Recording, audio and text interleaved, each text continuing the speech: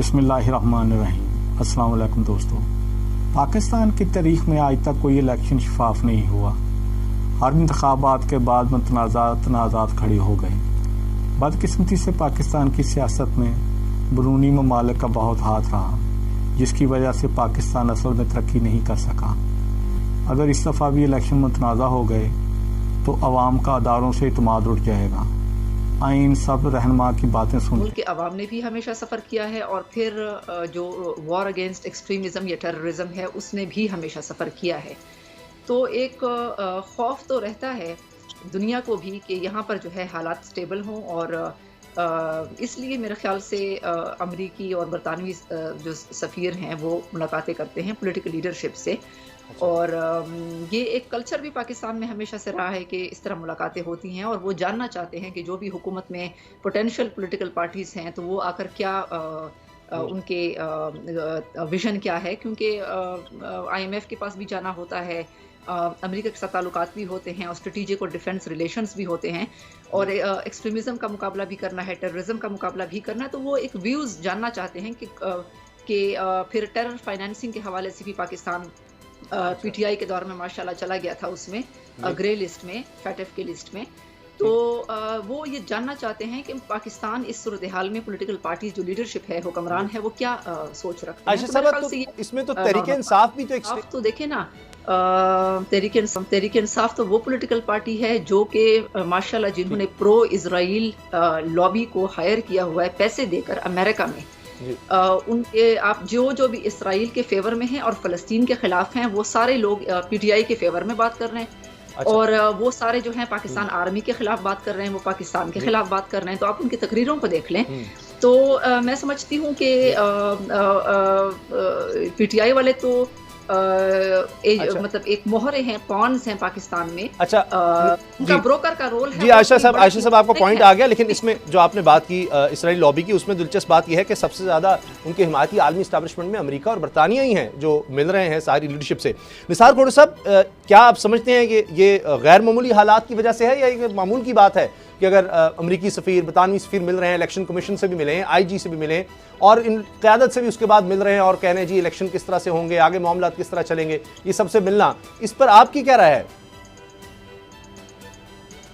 देखिए, मैं अगर समझूं कोई इलेक्शन कमीशन से मिलता है तो वो भी आपको याद होगा कि IMF ने कुछ कहा था कि हम एक किस्त अभी 16 महीने वाली PDM की हुकूमत को दे रहे हैं, एक किस्त जो है निगरान हुकूमत के ज़माने में करेंगे और तीसरी किस्त जो है वो इलेक्शन के बाद करेंगे।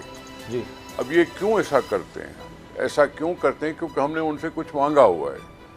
अगर उनसे कुछ मांगा हुआ है तो दुनिया का इंटरेस्ट पाकिस्तान में अगर है तो फिर दुनिया का इंटरेस्ट यही होगा कि इलेक्शन जो है वो फ्री एंड फेयर हो, कि यहाँ कोई पॉलिटिकल सेटलमेंट हो सके, सेटल डाउन इफेक्ट हो, पॉलिटिकल ठहराव आए, इलेक्शन कमीशन पे सवाल न उठें और यहाँ पर इस इलेक्शन को हो जाने दें जो कंट्रोवर्सी के भेंट न चढ़ जाए। इस लिहाज से अगर कोई मिलता है तो मैं समझता हूँ उसमें कोई मुज़ायका नहीं है कि हाँ, इलेक्शन तो अवाम ने वोट देना है।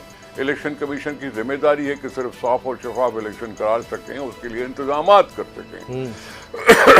इंतजामात को बीफ अप करने के लिए हुकूमत की मदद चाहिए और हुकूमत की मदद बेदरेग चाहिए, क्योंकि ये इलेक्शन बहुत तकालीफ के बाद हो रहा है और तकालीफ के बाद अगर इलेक्शन फिर भी मुतनाज़ा हो जाता है तो फिर मज़ा नहीं आएगा पाकिस्तान की सियासत में।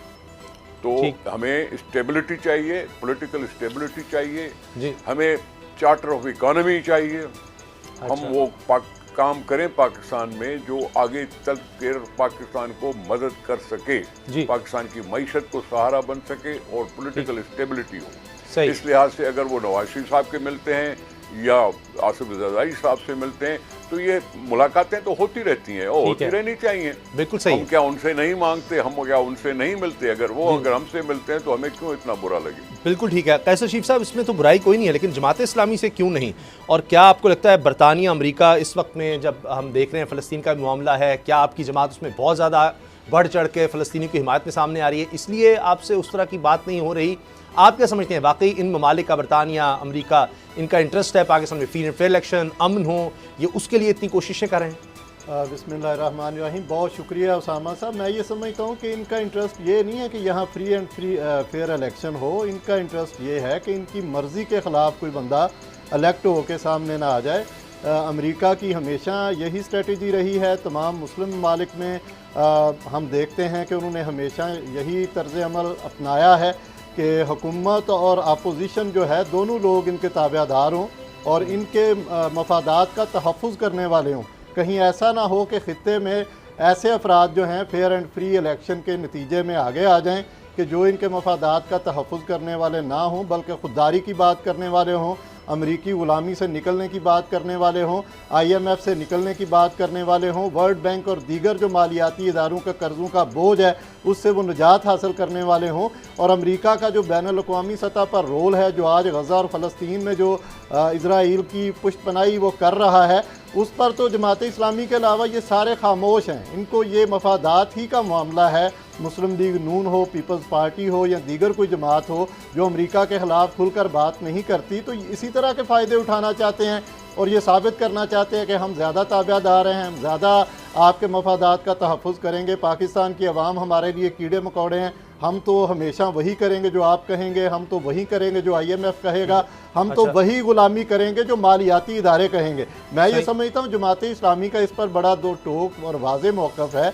हम मुलाकातों के हवाले से कभी भी ख़िलाफ़ नहीं रहे, लेकिन इस मौके पर इस एजेंडे पर मुलाकातें करना और हमारे इदारों से भी मिलना और दीगर लोगों से भी मिलना ये सवालिया निशान है। और जमात इस्लामी के मौक़िफ़ की तायीद है और तस्दीक है कि अमेरिका जो है वो पाकिस्तान में मुदाखलत करता है, जो कि किसी भी जमहूरी मुल्क में जायज़ नहीं है। सिर्फ मुस्लिम ममालिक में ये चीज़ आप देखते हैं, किसी गैर मुस्लिम मुल्क में आप अमेरिका की इस तरह की सरगर्मी जो है उनके सफ़ीर की नहीं देखते। अच्छा अरशद वोरा साहब, आप भी समझते हैं कि ये ममालिक स्टेबिलिटी पाकिस्तान में चाहते हैं, फ्री एंड फेयर इलेक्शन चाहते हैं, लेकिन एक इनका रोल तो है कि इनमें से लोग मिलते हैं जाकर इलेक्शन कमीशन से, तो उसके बाद हम ऐलान देखते हैं, उसके बाद हम स्टेटमेंट्स ही और तरह की देखते हैं। आसिफ अली जरदारी साहब ने भी अब कह दिया कि जी बिल्कुल हम फ्री एंड फेयर इलेक्शन की तरफ बढ़ रहे हैं और इलेक्शन कमीशन पर पूरा एतमाद है। वोरा साहब आप क्या कहते हैं? देखो उसामा, ये अगर आप सर जनाब देखें तो हर इलेक्शन से पहले ये जो एम्बेसडर्स हैं, चाहे अमेरिकन हो यूरोपियन हो, इनका मिलना पॉलिटिकल पार्टी की लीडरशिप से ये हिस्टोरिकली देखें तो ये कोई पहली दफ़ा नहीं हो रहा, ये हमेशा होता है। और सिर्फ ना सिर्फ ये कि ब्रिटेन और अमेरिका बल्कि दूसरे यूरोपीय ममालिक भी जो कि EU से हैं वो भी आके मिलते हैं, मुख्तलिफ पार्टियों से मिलते हैं, उन्हें भी अपनी रिपोर्टें तैयार करनी होती हैं, उन्हें भी हर पार्टी के मैनिफेस्टो को देखना होता है, उन्हें भी अपने मुल्क की पॉलिसीज, पाकिस्तान की तरफ जो उनकी पॉलिसीज हैं उसके लिए गाइडलाइंस चाहिए होती हैं। सर आपसे मुलाकात हुई है, MQM से हुई है? नहीं हुई तो जी हमारा जी यूरोपियन यूनियन के कॉन्सुलेट्स आए थे, वो मिले हैं और एम्बेसडर भी आए थे। तो ये कोई इसमें कोई मैं समझता हूँ अचंभे की बात नहीं है। ये आप